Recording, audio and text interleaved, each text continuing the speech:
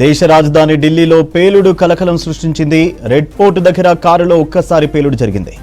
Car మొత్తం ధ్వంసమైంది. చుట్టుపక్కల దాదాపు 5-6 కార్లు ధ్వంసమైనట్టు పోలీసులు తెలిపారు. హుటాహుటిన ఘటనా స్థలానికి చేరుకున్న పోలీసులు సహాయక చర్యలు కొనసాగిస్తున్నారు. సాధారణ పేలుడా లేదా ఏదైనా ఉగ్ర కుట్రనా అనే కోణంలో విచారణ చేస్తున్నారు. పేలుడు దాటికి ఒకరు చనిపోయారు, పలువురు తీవ్రంగా గాయపడ్డారు. గాయపడ్డ వారందరినీ హాస్పిటల్కు తరలించారు.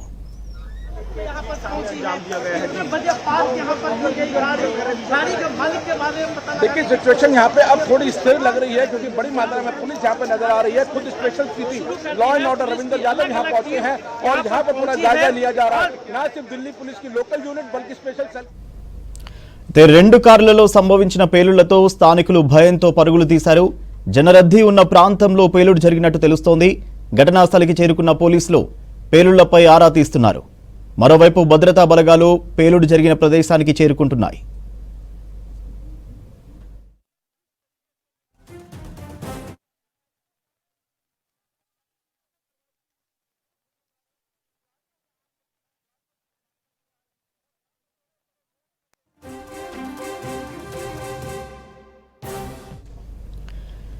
బీహార్ ఎన్నికల వేళ ఢిల్లీలో పేలుడు కలకలం సృష్టిస్తోంది.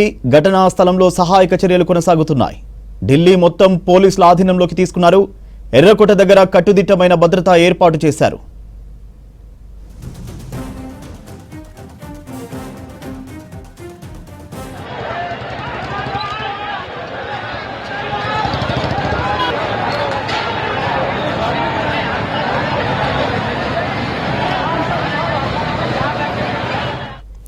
డీటెయిల్స్ మదార్ లైవ్ లో అందిస్తారు. మదార్, ఢిల్లీలో జరిగిన పేలుడుకు సంబంధించి అప్డేట్స్ ఏంటి?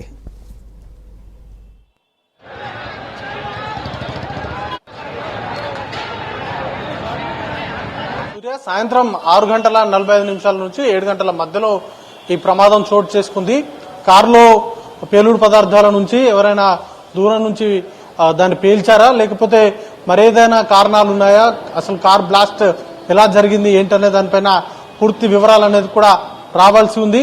ప్రస్తుతానికైతే ఢిల్లీలో హై అలర్ట్ అనేది కూడా ప్రకటించారు. ఎగ్జాక్ట్లీ రెడ్ ఫోర్ట్ కి ఆపోజిట్ లో చాందినీ చౌక్ ఉంటుంది. అక్కడే gate number 1 metro station, railway red fort కు సంబంధించినటువంటి మెట్రో స్టేషన్ ఉంది. ఆ గేట్ నెంబర్ 1 దగ్గరే ఈ ప్రమాదం అనేది కూడా చోటు చేసుకుంది. ప్రమాదం సంభవించినటువంటి సమయంలో పెద్ద ఎత్తున శబ్దం అనేది కూడా రావడం, అలాగే ఆ పేలుడు దాటికి ఆ కారు పక్కనే పార్క్ చేసి ఉన్నటువంటి మిగతా 5-6 కార్లు కూడా ధ్వంసమైనట్టుగా సమాచారం అంతా ఉంది. మొత్తంగా ఒక 7-8 కార్ల వరకు కూడా దాని ఇంపాక్ట్ పడి ఉంటుందనేటువంటి అంచనా అయితే వేస్తున్నారు. ఇక చాలా మంది కూడా దీంతో గాయాల పాలయ్యారు. ఒక వ్యక్తి మరణించినట్టుగా సమాచారం ఉంది. దాంతో ఆ పేలుడు దాటికి ఆ వ్యక్తి మరణించినటువంటి వ్యక్తికి సంబంధించినటువంటి బాడీ అంతా కూడా ఛిద్రమైనట్టుగా తెలుస్తా ఉంది. ఇక గాయపడినటువంటి వారిని ఎల్ఎన్జేపీ ఆసుపత్రికి తరలించారు. వారికి అక్కడ అవసరమైనటువంటి చికిత్స అనేది కూడా అందిస్తా ఉన్నారు. బీహార్ ఎన్నికలకు సరిగ్గా ఒక రోజు ముందు రేపు బీహార్ ఎన్నిక ఉంది. ఈ రోజు సాయంత్రం ఈ ఘటన చోటు చేసుకోవడం, ఈ రోజు మధ్యాహ్నం యూపీలో 3 టెర్రరిస్టులను అరెస్ట్ చేయడము, ఇదంతా కూడా ఇంటర్లింక్ ఏదైనా ఉందా, లేకపోతే ఏదైనా ఉగ్రవాదులకు సంబంధించినటువంటి కుట్రకోణం ఏదైనా దాగి ఉందా, లేకపోతే ఇది అసలు ఈ ప్రమాదానికి గల కారణాలు ఏంటి, ఎవరైనా కావాలనే చేశారా అనే దానిపైన పూర్తి వివరాలు అనేది కూడా తెలియరావాల్సి ఉంది. ఢిల్లీలో హై అలర్ట్ అనేది ప్రకటించడంతో పాటు ప్రస్తుతం ఘటన జరిగినటువంటి రెడ్ ఫోర్ట్ పరిసరాల ప్రాంతాల్లో రెగ్యులర్ గా చాందినీ చౌక్ అనేది మార్కెట్ ఏరియా, అదంతా కూడా బట్టల షాపింగ్ కావచ్చు, లేకపోతే చాలా హోల్సేల్ మార్కెట్ అంతా కూడా చాందినీ చౌక్ ఏరియాలోనే ఉంటుంది. అయితే సోమవారం చాందినీ చౌక్ మార్కెట్ అనేది బంద్ ఉంటుంది. కేవలం కొన్ని షాప్స్ మాత్రమే ఓపెన్ చేస్తూ ఉంటారు. దాంతో ప్రమాదానికి సంబంధించినటువంటి తీవ్రత ఎక్కువ జరగలేదు అనేటువంటి అభిప్రాయం కూడా వ్యక్తమవుతుంది. అదే ఈ రోజు కాకుండా అంటే మిగతా రోజుల్లో కనుక జరిగి ఉన్నట్లయితే ఇట్లాంటి పేలుడు చాలా ఎక్కువ ప్రమాదం సంభవించేటువంటి అవకాశం ఉండేది. ఎందుకంటే Chandni Chowk, red fort area అంతా కూడా నిత్యం వ్యాపారస్తులు, లేకపోతే కొనుగోలు చేసేటువంటి వారు, లేకపోతే టూరిస్టులు, వీరందరితో కూడా నిండి ఉంటుంది.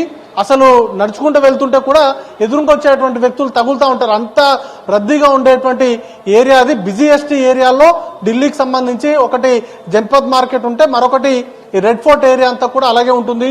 చాందినీ చౌక్ ముఖ్యంగా వ్యాపారస్తులు మిగతా కొనుగోలుదారులతో నిత్యం కిటకిటలాడేటువంటి ఏరియా అదంతా కూడా కానీ ఈరోజు మార్కెట్ బంద్, కొన్ని షాప్స్ మాత్రమే అలో ఉండడంతో ఈ ప్రమాదం అనేది కూడా చాలా తక్కువగా తీవ్రత అనేది కూడా తక్కువగా ఉన్నట్టుగా మనం భావించాల్సి ఉంటుంది.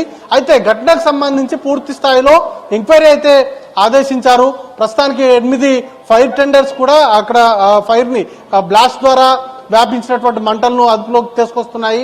అలాగే గాయపడినటువంటి వారిని ఎల్ఎన్జేపీ హాస్పిటల్ కూడా తరలించి వారికి అవసరమైనటువంటి చికిత్స అనేది కూడా అందిస్తా ఉన్నారు. ఇక మెట్రో సిటీస్ కూడా కొంత అలర్ట్ అయ్యాయి.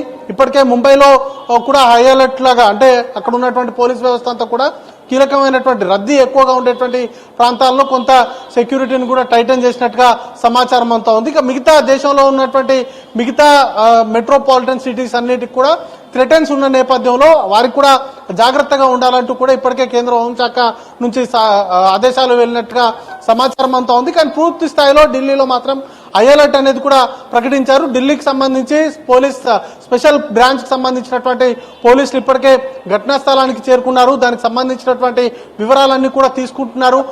ముఖ్యంగా బ్లాస్ట్ జరిగేటువంటి ముందు ఆ ఏరియాలో ఉన్నటువంటి CCTV ఫుటేజ్లన్నింటినీ కూడా పరిశీలిస్తున్నారు. ఆ వెహికల్ కి సంబంధించినటువంటి ఓనర్ ఎవరు, ఆ వెహికల్ అక్కడ ఎవరు పార్క్ చేశారు, దానికి సంబంధించినటువంటి పూర్తి వివరాలు అనేది కూడా తీసుకుంటున్నటువంటి సిచ్యువేషన్ ఉంది.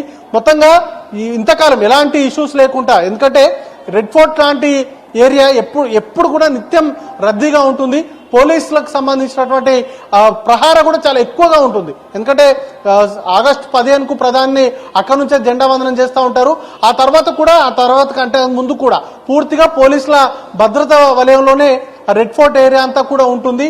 దాంతో పాటు చాందినీ చౌక్ ఏరియా కూడా నిత్యం రద్దీగా ఉంటుంది. దానికి ఆపోజిట్ లో కూడా పోలీస్ పికెటింగ్ సంబంధించినటువంటి ప్రత్యేకమైనటువంటి పోలీసులకు సంబంధించి వారు ఉండేందుకు అవసరమైన ఏర్పాట్లు కూడా చేశారు.